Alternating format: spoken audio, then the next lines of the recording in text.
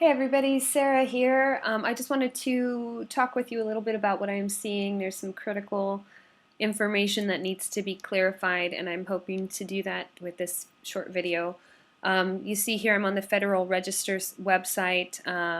It's basically where they publish any notices of intent, such as they would the notice of intent to prepare an environmental impact statement in connection with Dakota Access LLC's request for an easement to cross Lake Oahe. You see here that they posted this notice on the 18th of 2017. You see that the comment period ends in 11 days on 2/20. Very important to note. You see also that these comments will be published, and the date of all public scoping meetings will be announced at least 15 days in advance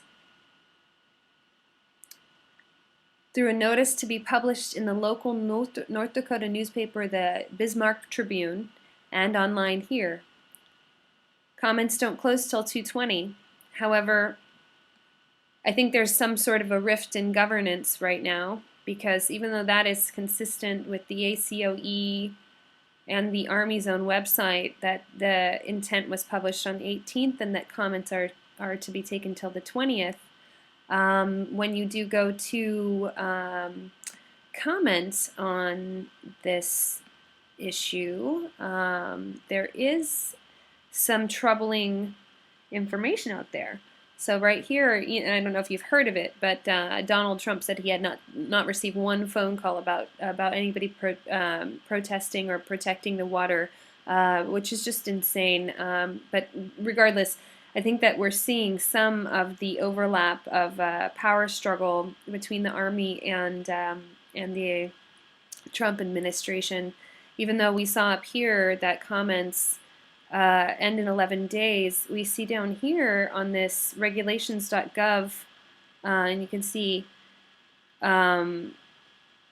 this is where they're trying to point you to where to make a comment, and they're trying to say public comments, that there are 0 public comments here. That's just not the case. I myself have commented several times, both written and verbally.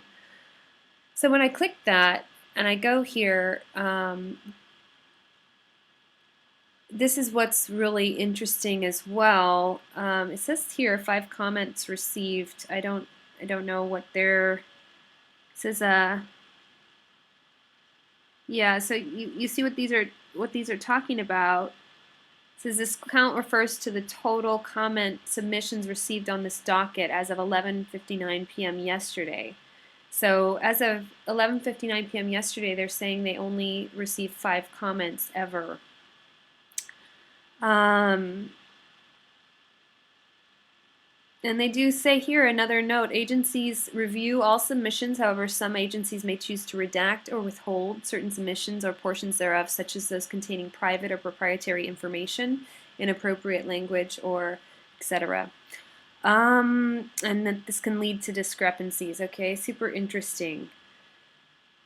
Ah, yes. And so when I go here, I just was snooping around this fabulous website, and I go here to see what's going on, and I see there are no comments, and not even those 5 that they claim that they had on the page before, and that comments are not accepted. However, this whole website is built up to accept comments. So it leads me to believe that there are, as with our elections, there are something happening to our comments. Our votes aren't counted, our comments aren't heard. What I would recommend at this point is that you definitely do send in a full comment, a formal one. Please write your own letter to Mr. Gib Owen, and do it just as they say. Make sure to put all of this information in the subject line, regarding line, and even maybe make a note of how angry you are or concerned you are that your comments aren't being heard. And then I would also, I would go ahead and I would send that to to Mr. Gibb via certified mail or FedEx, where you can have a proof of delivery.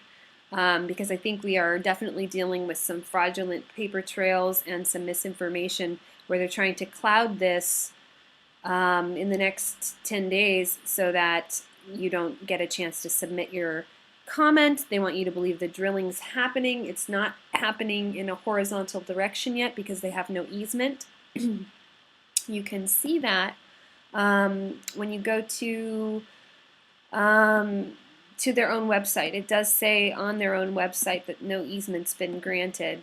And here's where you can find that. So Dakota Access Pipeline, there's some, the U.S. Army Corps of Engineers headquarters website backs up what I'm saying. It's also giving you this number, excuse me, to call in order to comment, but I think I would go with Gibb and this number and email on all other ways you can possibly find to comment. And then just look here, again, U.S. Army Corps of Engineers own headquarter website, the ones that would be granting this permit and easement to drill under Lake Oahe. And they say on their own Q&A, when the question is, does Dakota Access have permission to perform work under U.S. ACE managed federal lands at Lake Oahe?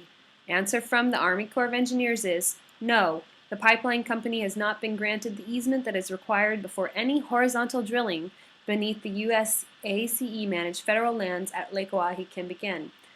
So just keep in mind they do have a permit on the private property where they're at, where the drill pad is. So all those videos are real. They're showing drilling happening on that property.